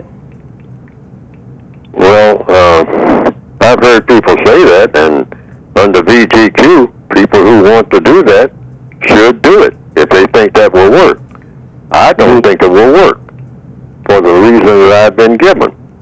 Understanding white supremacy. See, that's the first thing. If you understand white supremacy, there's no such thing as a place in the prison system. The prison, that's the name of the prison, the system of white supremacy, and it's a world prison, meaning that if you are non-white, you are born in that prison and subject to the prison rules if you're on this planet called Earth. Now, if you're on some other planet, then that's a whole other thing. I mean, but if you're on this planet called Earth and you're a person of color, you, according to what I've written, unless I've made an error, unless I've been misinformed, you are under, in every area of activity, 24/7, not for 1 second, are you not under the system of white supremacy and their awesome power.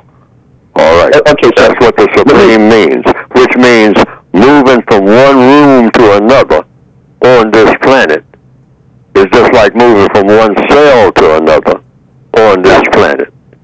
Yes. That's the way to picture it in your mind according to what I see. That's the way that I see it. It may not be this way, but there's no such thing as a breathing space, you might say. That's that whereas a white supremacist doesn't control, and when I say control, I mean absolutely. Even though someone called in earlier on the program and said there's an island where nobody goes because when you go there, the people are so hostile. But see, I'm putting it within the context of who has power over the entire island. See, just being on that island and doing your own thing on the island, the white supremacists know where the island is. That's number one. And the white supremacists can say, since it is an island, and a very small one, all right, and a lot of people who have the power to keep you away from that island and don't come there and do anything to them or against them, the white supremacists, by being supreme, can just simply say, well, hey, do those people have the ability for me not to drop poison on their island? And in 15 minutes, every last creature on that island, including every snail, every ant, every person, in 15 minutes will be DEAD. All right? Yes, sir. See, sometimes black people get this illusion that we're going back in what we call prehistory, where there's some place that you can get on horseback or get in your chariot, like in the days of the Bible and whatnot, and go fleeing across a river or a stream and get to the other side and say, now we're free. All right? That's no longer the case. This is 2018. The white supremacist said, I don't care if you go to the moon. I'm already there. I will beat you when you get there. Let me ask you this, sir. Let me ask you this, Mr. Fuller. That is very true, and I 100% agree. But isn't our objective as victims of white supremacy, should we not want to defeat white supremacy and not just survive it? Should that not be our goal? The goal should be that. Otherwise, I would not be having this conversation right now. People have said, and I've talked about it with people all down through the years, why try to do something that can't be done? I have written a book that, in my opinion, says this is the way to do it. You empower each person, and this is a very difficult concept for a lot of people to swallow or even to examine. If you empower each person, meaning by empower I mean each person knows exactly what to do and what not to do, that will work for him or her on a daily basis, the system of white supremacy, just by that fact alone, will dissolve. If every black person on the planet knows what to do and what to say and what not to say, each and every day, in every instance, wherever he or she may be on the planet, the system of white supremacy will collapse right around you. You don't have to go anywhere. It will collapse wherever you are, simply because everybody is what? Codified. Codified how? They are doing things and saying things in such a way that the system of white supremacy cannot function. Okay. Because the system of white supremacy has principles for functioning. Okay. All right, let's go to the phone line. Go ahead, caller. You're on with Mr. Fuller. Go ahead, please. Good morning.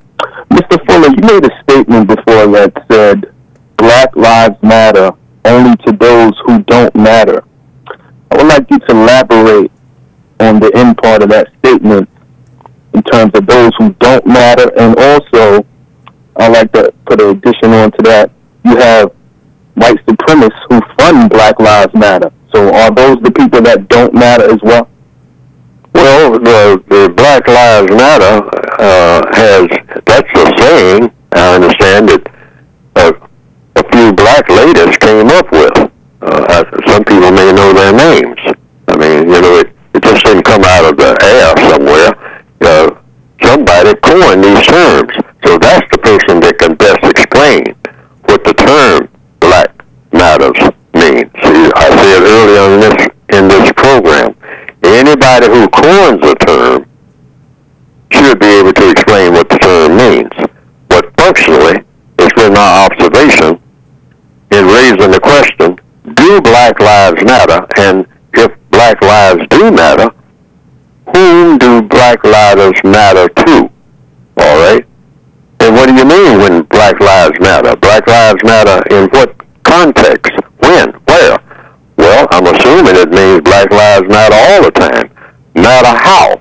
Matter enough that you consider a black person as being worthy of being considered a person that's worthy of justice, meaning you don't mistreat the person, okay?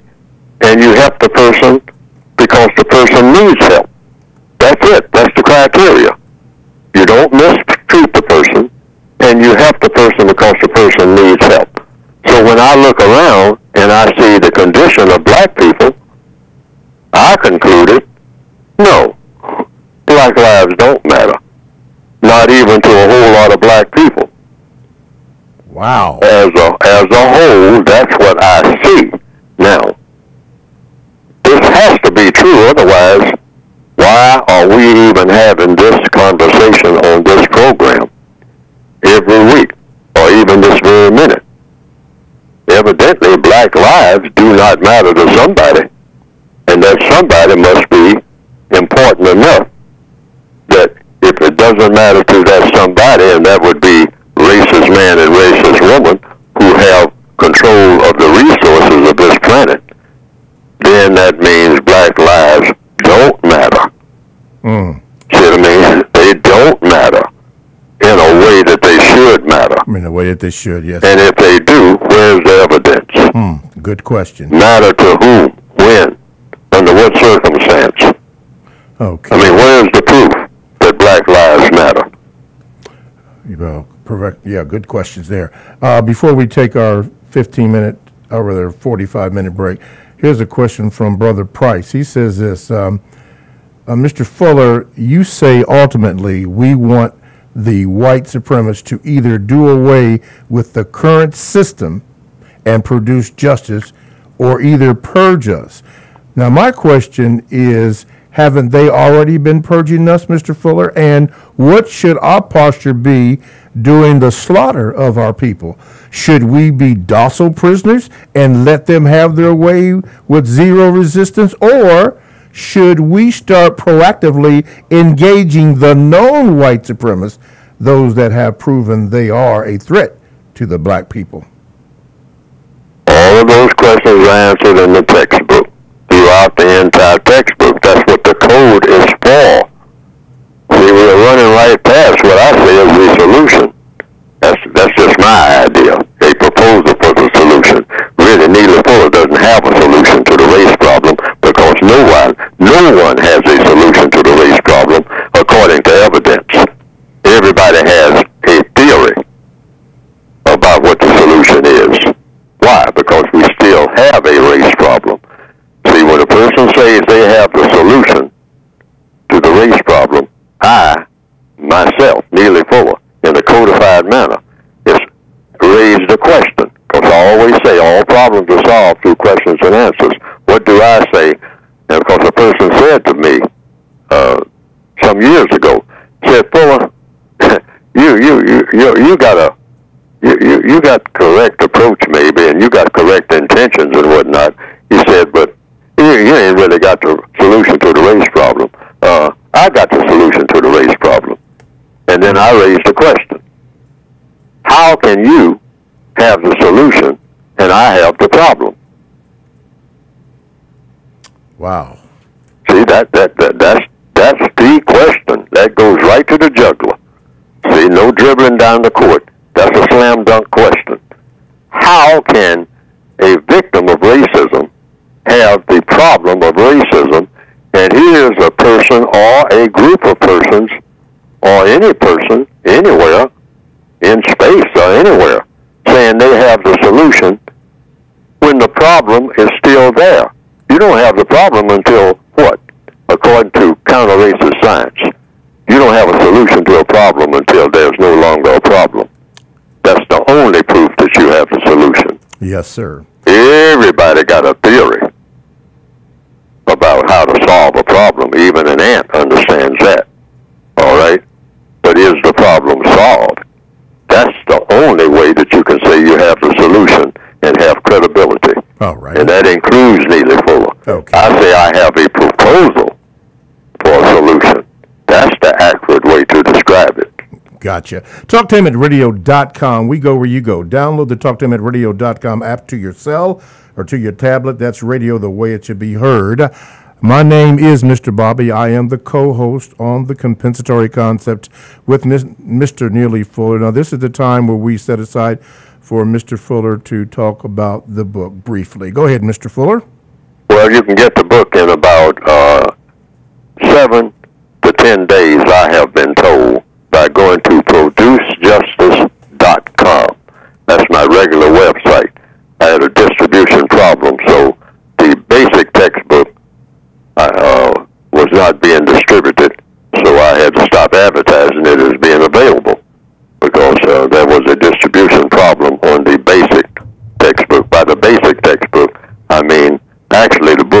one book.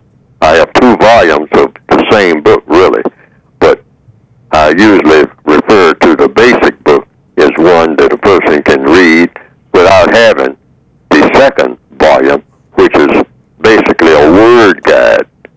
Now, the word guide, I have been told, is still available in a few copies that they have, but all of the copies of the basic textbook with the word guide will be available in from 8 to 10 days by going to producejustice.com. And the basic textbook carries enough information for a reader of it, directed to the individual person, to learn a little bit from my viewpoint about what to do as an individual person, day to day, wherever you happen to be, about bettering your own condition, which is what it's addressed to do, bettering your condition as an individual person, wherever you happen to be, a person of color, in the system of white supremacy, making your situation a little better than it is. Yes. That's what the book is written for. Mm-hmm. Now, and overall, with the objective, ultimately, to replace the system itself of white supremacy with a better system, which would be the system of justice. Okay. Looking at this word guy, I know you weren't able to get all of the words and terms in here, but I have, like, I'm on page 200. You don't have to turn to it, but I'm on page 200, and I noticed that you give a reason, and then you add some notes to whatever the topic is being discussed. Right now, it was leader, and then you put racial under it, but you went into detail about what those terms mean. And this is what this whole word guide is about? Yes, that's what the word guide is about. It's a counter-racist word guide. See, so I picked out certain terms that people use or may hear other people use, and how best to handle these words. Right. Okay. How best to use them or not use them. There's some words you simply don't use at all. You know, like racial integration. There's no such thing as that. I mean, you either have racism or you don't. White supremacy either exists or it doesn't. So you don't say integrate racism. That doesn't make sense. I mean, you know, racial segregation. I mean, you know, what? It's too vague. It's too misleading, these terms. And then people sometimes say racial discrimination. That's a little better term, but it still lends itself to confusion. Yes. Just say white supremacy, all right? It is racism, and racism is white supremacy. Period. So, yes, that's it. There's no other forms of racialism, and you can't spin on it or anything like that, because you cause what? The one thing you don't want, confusion. So these terms are listed in the word guide as terms you don't use: racial integration, racial segregation. You just say white supremacy, all right? Either you got it or you haven't. Exactly. Okay. All righty. In the remaining moments here, let's go to the phone lines. Caller, what is your question for Mr. Fuller? Blessed love. Good morning, Mr. Bobby and Mr. Fuller. Good morning, Thank sir. You both. Mm-hmm. Thank you both for the work that you do. Quick question. I guess there's a couple of questions. The first question is to Mr. Fuller. I feel like today there's more distractions in the world than there ever has been, with all the, internet and technology and so much information being available. And all people are pretty much distracted on their phone or, doing something, video games, whatever it may be. And I think that the reason for that is because there's so much corruption that people are needing to be distracted from. But so for black people now, or non-white people even, if everybody's so distracted, like say people like us who are aware of the code and, try to live with the code in our life, how do we, if we know the way, but everybody else doesn't know the way, then we can't free ourselves, because we need everybody, in the world to break this system. So how do we, as people who are aware of the code, help other people along the way to get them on board so that we can, liberate the world together. By telling people that we need a code. That's the missing link. That's the one thing that we've been missing all the time. The white supremacists have a code. I mean, each and every white supremacist knows what to do, what not to do, what to say, what not to say, that does what? That works for the system of white supremacy. That's the key. See, each person, everything works on the basis of a code, electrical code, plumbing code. What is a code? A way of doing things that every time you do it, it always works. The white supremacists have a white code. It's the most efficient code for manipulating people and conquering people ever put into recorded history and put into practice. Black people need a counter-racist code that eliminates the white code. All right? We have never even thought about inventing one, because you have to invent one. And what does that code consist of? What you do and say each and every minute of each and every day. And all the things you don't do and say. All the things that you're in the habit of doing need to be examined. What we call black culture, because it's a failed culture. What we call brag about, parade about, black culture, some type of phantom culture, because I don't know what people are talking about when they say black culture. I mean, what are the ingredients that go into black culture? When I put that term on a blackboard in seminars, I put the words, because you start with words, I say black culture. Now somebody tell me exactly what that is. Anybody in the audience. And every time, after about 10 minutes of silence, somebody has feebly held up their hand and say, black music. Okay, so I put that on the board. I say, all right, give me something else. Well, soul food. So I put that on the board. So that's number one, black music. Number two, soul food.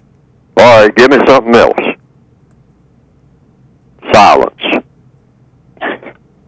That's what I got. Yes, sir. Each and every time. So would you say that? So we're walking around using all these slogans. I mean, well, we got to save our black culture. What are we talking about? What are we talking about?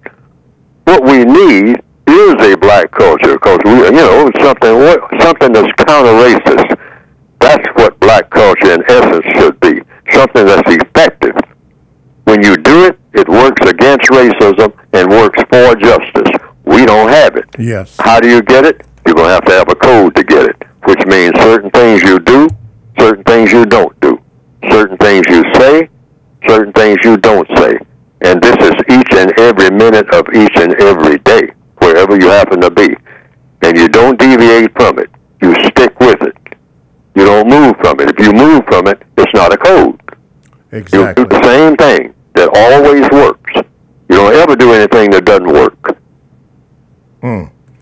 All righty. You don't do it. Listen, we have come to the close of the show. There are people that's trying to get on. I'm sorry, we just can't take your call, so call back next week. This is TalkTainmentRadio.com, the world's greatest radio the way it should be heard. Mr. Fuller, I'm going to call you after we get off here. There's something I need to discuss with you. Nothing serious, but something I need to discuss with you. Thank you for the pleasure of your time, everybody, and we'll see you next week.